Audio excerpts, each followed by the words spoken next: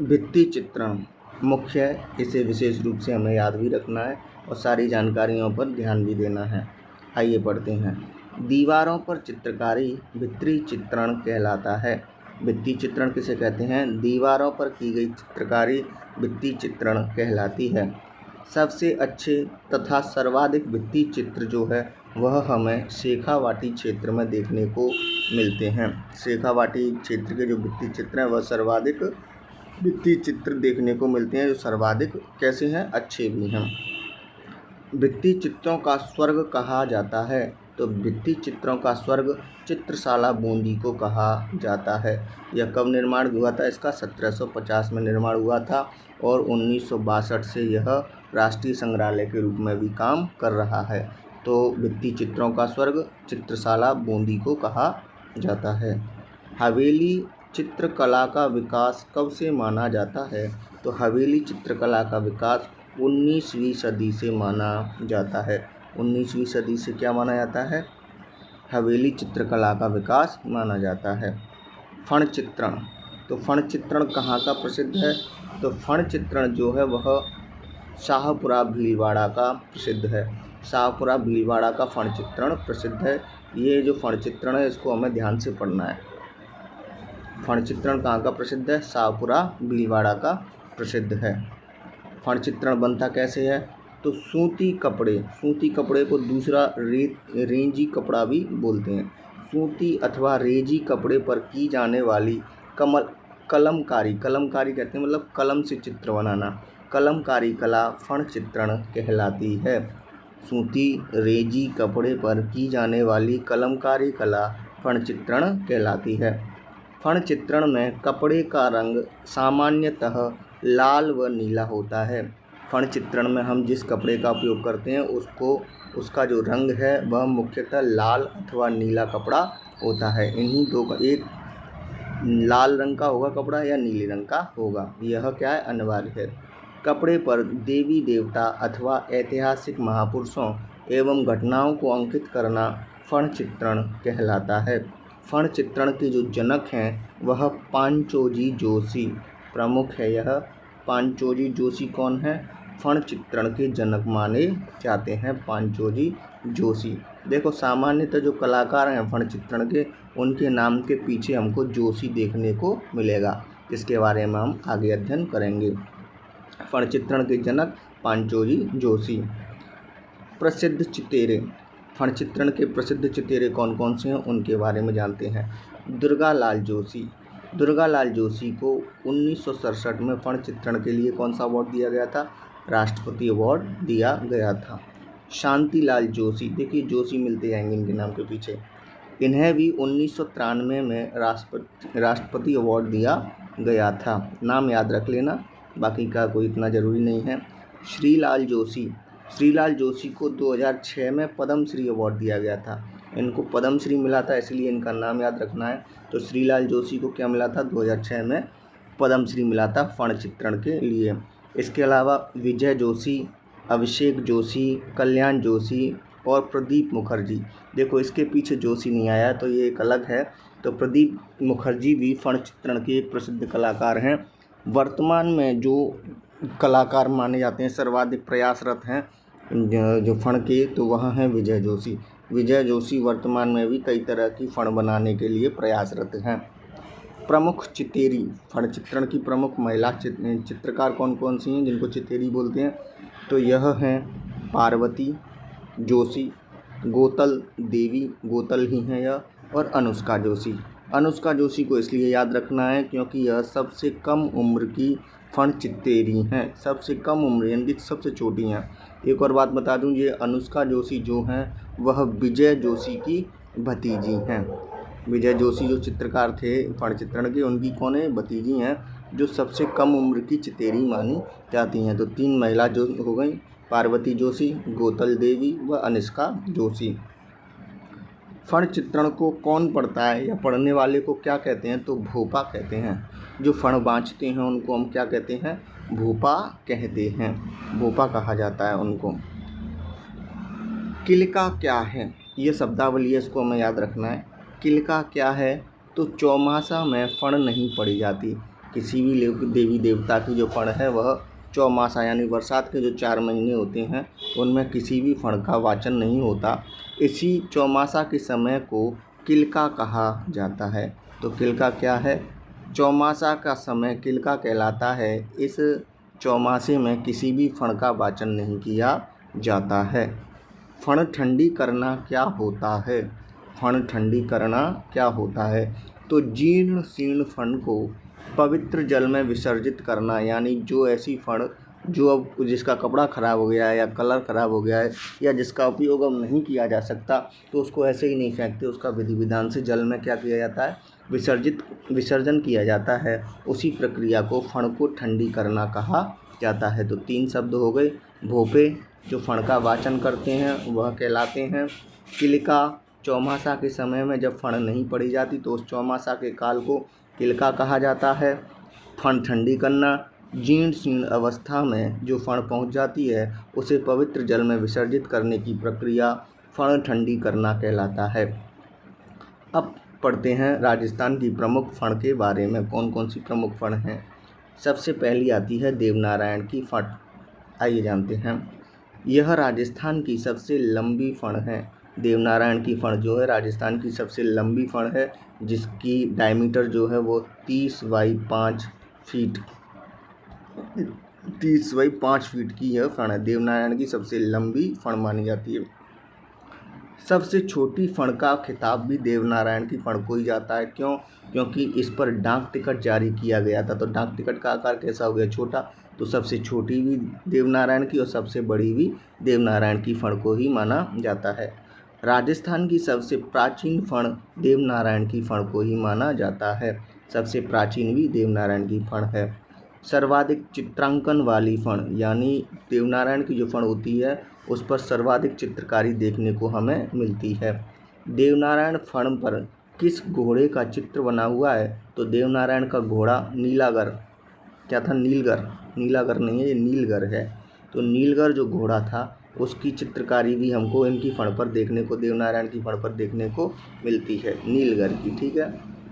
देवनारायण फण पढ़ते समय कौन से वाद्य यंत्र का उपयोग किया जाता है? तो जंतर। एकमात्र देवनारायण की ही फण है जिनमें जंतर वाद्य यंत्र का उपयोग किया जाता है। बाकी की जितनी भी फण हैं या तो उनमें वाद्य यंत्र का उपयोग नहीं होता, अगर उपयोग होता है तो सभी जो फण हैं उसमें रावण हत्था वाद्य यंत्र का उपयोग किया जाता है। केवल देवनारायण की में ही जंतर का उपयोग किया जाता है। वर्तमान में देवनारायण की मूल फण जो है वो कहाँ रखी हुई है? तो जर्मनी संग्रहालय में रखी हुई है। जर्मनी के म्यूजियम में है वर्तमान में देवनारायण की फण। एकमात्र फण जिस पर 2 सितंबर 1952 को 5 रुपये का टिकट जारी किया गया तो वह देवनारायण की फण है। ये 5 रुपये का टिकट जारी करने के कारण ही यह देवनारायण की फण सबसे छोटी फण का खिताब भी रखती है और सबसे बड़ी फण का भी खिताब रखती है। देवनारायण के बाद आते हैं पाबूजी की फण। तो पाबूजी की फण क्या है? आइए इसके पढ़ते हैं। राजस्थान की सर्वाधिक लोकप्रिय फण पाबूजी की फण। सर्वाधिक लोकप्रिय पाबूजी। सबसे चौड़ी फण, यानी इनका डायमीटर चौड़ा है। ठीक है। ऊँट के बीमार होने पर पाबूजी की फण पड़ी जाती है। वाद्य यंत्र जो है रावण हत्था, अभी हमने बताया था देवनारायण को छोड़कर जितने भी वो होते हैं फण पड़ी जाती है उसमें रावण हत्था का ही उपयोग किया जाता है। किस जाति के लोग पाबूजी की फण को पढ़ते हैं? तो नायक जाति। वो देवनारायण की गुर्जर थे और पाबूजी में नायक या फिर थोरी, इन दोनों ही जनजाति के लोग पाबूजी की फण का वाचन करते हैं। पाबूजी की फण पर किसका चित्र अंकित होता है? तो केसर कामली। पाबूजी की घोड़ी का नाम क्या था? केसर कामली। और भाला जो होता है एक हथियार होता है उसका चित्र बना होता है। तो कौन सी फण पर केसर कालमी तथा भाले का चित्र पाया जाता है? तो पाबूजी की फण पर केसर कालमी या भाले का चित्र पाया जाता है। अगला आता है देवनारायण जी की फण।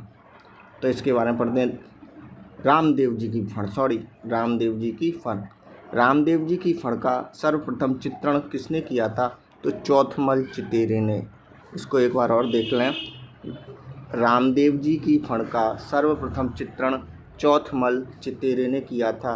वाद्यंत्र वही है रावण हत्था। रामदेव जी की फण का वाचन करने वाले हैं कामड़िया जाति के भोपे। कामड़िया संप्रदाय भी रामदेव जी ने ही शुरू किया था और कामड़िया जाति के जो भोपे हैं वह रामदेव जी की फण का वाचन करते हैं। अगली जो फण है वह है रामदला व कृष्णदला की फण। रामदला व कृष्णदला की फण, इसमें क्या है, भगवान राम तथा भगवान कृष्ण के जीवन पर आधारित फण होती है। एकमात्र ऐसी फण जिसका वाचन दिन में किया जाता है। देखिए बाकी की जितनी भी फण है वह रात्रि में पढ़ी जाती हैं, लेकिन रामदला व कृष्णदला की जो फण है वह दिन में पढ़ी जाती है। रामदला व कृष्णदला फण में किसी भी वाद्य यंत्र का उपयोग नहीं होता है। रामदला कृष्णदला फण सर्वाधिक हाड़ौती क्षेत्र में प्रसिद्ध है। हाड़ौती क्षेत्र में की जाती है। जो रामदला कृष्णदला फण है वह भाट जाति के लोगों के द्वारा बाँची जाती है, यानी उनके द्वारा ही गायन किया जाता है। यह एकमात्र ऐसी फण है जो सफ़ेद व काली फण है। देखो हमने ऊपर विशेषताओं में पढ़ा था कि जो फण होती हैं वह या तो लाल कपड़े पर बनेंगी या नीले कपड़े पर बनेंगी, लेकिन रामदला व कृष्णदला की जो फण है वह सफ़ेद अथवा काली फण होती है। सफ़ेद व काले कपड़े पर यह लिखी होती है, तो इसकी एकमात्र विशेषता है। प्रश्न ऐसे आएगा, एकमात्र ऐसी फण जो सफ़ेद व काली फण पर होती है तो वह है रामदला व कृष्णदला की फण। अगली आती है आपकी भैंसासुर फण। भैंसासुर फण क्या है, एकमात्र फण जिसका वाचन नहीं होता, केवल दर्शन होते हैं। भैंसासुर की जो फण है वह उसका गायन नहीं किया जाता, केवल दर्शन किए जाते हैं। इस फण को रख दिया जाता है, दर्शनार्थी इसके सामने से निकलते हैं और दर्शन करके चले जाते हैं, तो वह भैंसासुर की फण है। हाड़ौती क्षेत्र में बाबरी जिसका दूसरा नाम हमको बागरी भी मिलता है, गागैया भी मिलता है, तो इस जनजाति के लोग हैं वह भैंसासुर की फण का वाचन करते हैं, जो कि सर्वाधिक लोकप्रिय भी है। अगला है अमिताभ बच्चन की फण। ये प्रश्न सही है, अमिताभ बच्चन की फण भी तैयार की गई थी। इस फण का वाचन अमेरिका में न्यूयॉर्क शहर में किया गया था। तो न्यूयॉर्क में जो फण बाँची गई थी वह अमिताभ बच्चन की फण है। इसका वाचन जो है रामलाल व बतासी देवी, दोनों याद करने हैं जी। रामलाल या बतासी देवी कौन से फण के वाचक हैं, तो अमिताभ बच्चन की फण के वाचक हैं। यह अभिनेता ही हैं, अमिताभ बच्चन, उन्हीं पर बनाई गई है यह फण। हाँ, अब कुछ प्रश्न हैं, जानते हैं उनके बारे में। धूलजी चितेरे द्वारा सर्वप्रथम किस फण का चित्रण किया गया था, तो रामदला कृष्णदला फण का चित्रण किया गया था। किसने किया था, धूलजी के द्वारा किया गया था। लोकनाट्य, गायन, लोकधर्म, चित्रकला एवं मौखिक साहित्य का अनूठा संगम किस फण में देखने को मिलता है, तो देवनारायण की फण में देखने को मिलता है। लोकनाट्य, गायन, लोकधर्म, चित्रकला, मौखिक साहित्य का अनूठा संगम किस फण में देखने को मिलता है, तो देवनारायण की फण में देखने को मिलता है। अगला प्रश्न है, राजस्थान की किस फण में संपूर्ण जगत का लेखा जोखा, इसको वेरी मोस्ट कर लेना, पेन नहीं चल रहा है इस पर।